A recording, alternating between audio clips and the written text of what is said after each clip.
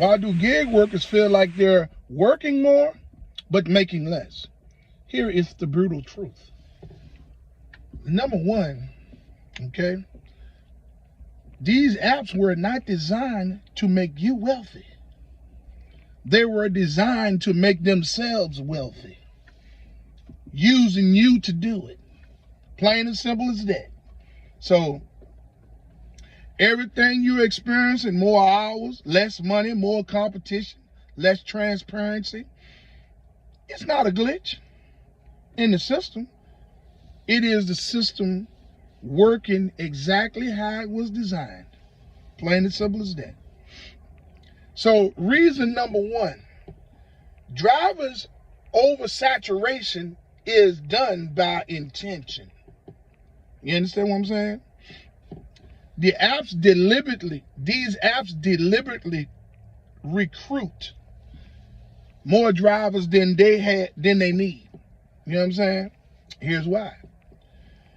More drivers mean more competition for the same trips. More competition means more drivers accept lower pay just to get a ride. Y'all know what I'm talking about. More drivers mean shorter wait times for passengers, which keeps passengers happy and ordering more. More drivers mean if you complain and quit, 10 will replace you. I mean, and quick, just like that. You know what I mean? You know, you're not a valued partner. You are a replaceable unit in their supply chain. Plain and simple as that. When Uber and DoorDash and Lyft run these aggressive sign-up bonus campaigns, recruiting thousands of new drivers, they are not doing it because they need more drivers. Man, they doing it to keep the existing drivers desperate enough to accept any pay offered. All these low trips they sending, that you be like, is this real? Like, how can they actually send a trip like this for this many miles for this less money? That's where all this is coming from. See what I'm saying? But no one understands it. That's why I'm here to explain it to you. I've taken the time to go into detail so you all can understand what it is that is happening here at Rideshare Real Talk. You know, reason number two, the race to the bottom on pay. You know, when the apps first launched, they paid well. Here's why they did that and why it stopped. They hooked your asses. That's what they did, because they did it to me. You know what I'm saying? High sign-up bonuses, yeah. Good base pay, generous incentives. The goal was to get enough drivers on the platform to make the app valuable. That's why they did all them big time signing bonuses. They knew all that money they was putting out there, they was going to get it out your ass. Because they know that money was going to make you say, hey man, this is great. I'm making a lot of money. You know what I'm saying? And you're right there and oh man, I'm going out here and make me $700 in the next 2 days and this, that, and the third. Till the reality set in and all that money that they lured you in with stops. Then you see the real deal. But by that time, your ass is hooked, chasing all of that good money that you got in the beginning. You know what I'm saying?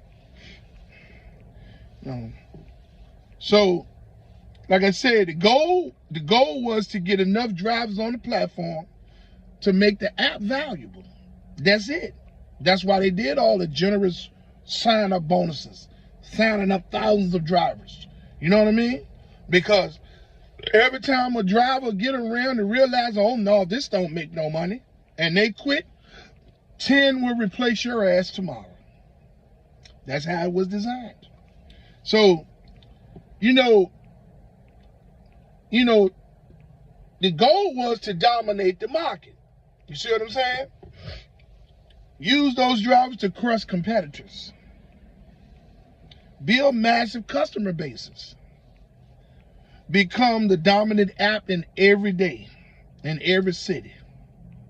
Plain and simple as that. That's why they use them. That's why they use those big time sign-on bonuses, so that they can try to dominate the market in every city, every day. Plain and simple as that. You know, extract maximum profit off of every trip that you complete. Cut drivers' pay gradually. Reduce bonuses quietly. Increase their own commission percentage. Drivers are now locked in because this is their income. This is what I was trying to explain to you all when I told you, when the reality sets in, that's when everything else stops. Oh, when all the bonus money and all of the honeymoon phases and things of that nature is over with them in about 60 to 90 days, then your ass is hooked. Then they got you. It's like a drug addict chasing that first high again. They're going to be running. You're going to be running behind that money that you were making months ago that they lured you in with. Yeah. So, reason number 3, your expenses are invincible to them. I'm going to explain what expenses it is that's invincible to them. When Uber says drivers make $25 an hour, they are being deliberately misleading. When Lyft tells you that you can make $30 to $40 an hour, they're being misleading. Same thing goes for DoorDash, Uber Eats, Spark, and a whole host of them. If they say you can make this amount of money in an hour, they are being deceitful. And here's why. Because your expenses, gas, is entirely your cost. Car depreciation, entirely your cost. Oil change and maintenance, your cost. Tires, your cost. Car insurance, your cost. Health insurance, your cost. So you people out there that's toting people's heavy luggage and 30 cases of water and 12 packs of sodas and a bunch of groceries all upstairs because you want a $2 to $3 tip, you remember that when you pull a muffle in your back, there's no coverage for you. Your ass is on your own. The taxes, they're all on you. Everybody saying, hey man, you can write this off and you can write that off. Your ass is going to get audited. Because a lot of them taxes and a lot of them write-offs are illegal. Plain and simple as that. Let Uber and Lyft and all these gig apps tell you, yeah, all of that, all of those write-offs are a plus. So they want to work the hell out you and take all the money from you all year long just so you can write it off at the end of the year. So you're going to work the hell out of me all year long. Take a bigger percentage, way bigger percentage of the money than I'm getting so that I can get it at the end of the year. And any gig worker that thinks like that, you're an idiot. Plain and simple as that. Now, unpaid wait times, sitting around waiting on an order to come out, sitting around waiting on trips to come in, sitting around waiting on slow-ass customers and all that stuff like that, doing all this extra physical labor, helping the customers from the door to the car and from the car to the doctor's office. Stuff you don't get paid, nor are you trained for, nor are you insured to do. All that, that's on you. All of that is on you. dead driving miles to pick up. 30 miles to go pick somebody up that's going 4 miles away from where you picked them up from. So you drove 30 miles to go pick a person up to drop them off 4 miles from where you picked them up from. You go get $4 to $5 for that trip. That 30 miles that you drove, them dead miles. And I know a lot of drivers done got caught up in that because they done it to me until I learned you won't gonna do it to me anymore. Okay? After all the real expenses, most drivers are only making $8 to $12 an hour. Actual working hours. You know, the apps know this. They choose not to talk about it because this is the reason why. They have so many hot spots in everybody's city or state where there are drivers, gig workers of all kinds, that's making money. But for all of the hot spots that they have, there is 5 times more dry spots where drivers are not making any money and barely getting by. They use the hot spots as a marketing tool. And the idiots that get on, I'm not put it this way, I'm not calling nobody idiots, but let me rephrase that. The people that's making money and they're posting their screenshots, hey, I made $3,200 in the last 7 days, 8 days, and they posted it on YouTube and social media and all that stuff like that. They using them for free marketing, right? So a whole lot of people, they get out there and say, well, if they can do that, I can do that. But they don't realize that the algorithm operates different in everybody's city or state in the area that you're driving in. So that means your results will be totally different. And everybody that signs up to do gig work don't understand this. That's why I'm here at Rideshare Real Talk.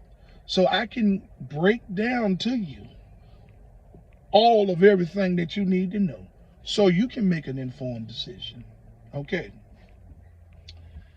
Reason number 4, upfront pricing. You know what that does? That hides what they take from you. Now, a lot of people probably look at this video and say, hey man, look, I see the breakdown. No, you don't. You see what they want you to see from every trip. You don't really know exactly what the customer is paying. You don't. All these surge pricings and all that stuff they got going on, you're not benefiting from that. If you do, it's probably an extra $1 or something, 50 cents or something here, there, and there. But you don't know how much they're charging them people in them surges. You don't. They're not going to tell you. You know what I'm saying? You know, this is one of the most dishonest practices. This upfront pricing is one of the most dishonest practices in the entire gig economy. And barely anyone talks about it. Because don't nobody want to hear nothing about any of this. That's why I do that on my channel at Rideshare Real Talk. No one wants to hear the truth because I didn't. All I wanted to do when I first wanted to do this is see everybody that was posting screenshots of making money. And then be like, if they can do that, I can do it. Anybody that was complaining or leaving videos that didn't have no views or they didn't have a lot of subscribers, I wouldn't look at them. Because all I wanted to do was see the good stories. Not knowing that them people that were leaving them complaints were telling us some shit that we should listen to. I had to learn that the hard way. So, you know, the passenger pays a set price for the ride. You get a flat offer before you accept it. You have no idea what the passenger is actually paying, as I stated. You have no idea what percentage Uber and Lyft has kept, or DoorDash, or Uber Eats, or Spark, or whatever it is that you're doing. There is no transparency whatsoever. None. You know, they have had studies. You know what I'm saying? Studies have shown Uber takes anywhere from 35 to over 50%. That is a study, but there's more money that they're taking than that. You know, I estimate that they're taking anywhere from 60 to 65% of the earnings. They don't give a damn about the gas price or anything. They're going to take their bottom line. And for you drivers that's renting cars through these programs to drive and do gig work, they're taking 75 to 80% of your earnings because you're in that program, because of the upkeep of the vehicle, insurance. You understand? And they're going to get their profit regardless. So if you're in a rental car program and you're not in a high demand area, you're not going to see no money. And you all that's in a high demand area, you're just getting by. You're not doing that great. Now, you know, of the fares on some of them trips, in the early days, they took at least 20%. And that was considered their commission. That's when they were trying to bait you in. That's when they were trying to build these apps up as valuable. That's when they were trying to lure all these drivers in. You know what I'm saying? They moved from taking 20% off of every dollar to potentially taking 50%. But I'm telling you, that study is dead. Them people taking 60 to 65% across the board. And anybody in any rental program with a car, they're getting 75 to 80% of your earnings. And that is real, and that is guaranteed. Most drivers never even notice because upfront pricing hid it from them. It didn't hid it. You know what I'm saying? Now, reason number 5, the surge pricing benefits the app more than you. Every driver gets excited about surge pricing. Here's the truth. When surge pricing kicks in, the passenger pays significantly more. You get what I'm saying? The app takes their percentage of the higher fare. You get slightly higher rate, but not proportional to what the passengers paid. The surge benefits the app's revenue far more than it benefits your pockets. The surge benefits the app's revenue far more than it benefits your pockets. Now, the algorithm, that's the real motherfucker. That's the real enemy. You understand what I'm saying? So I'm tying all this together for y'all so y'all can understand what I'm saying, okay? So you can understand why you feel like you're working more and making less. This is where it gets deep. The algorithm is not neutral. It is not fair. It is not your friend. It has no feeling. Here is exactly what it does and why.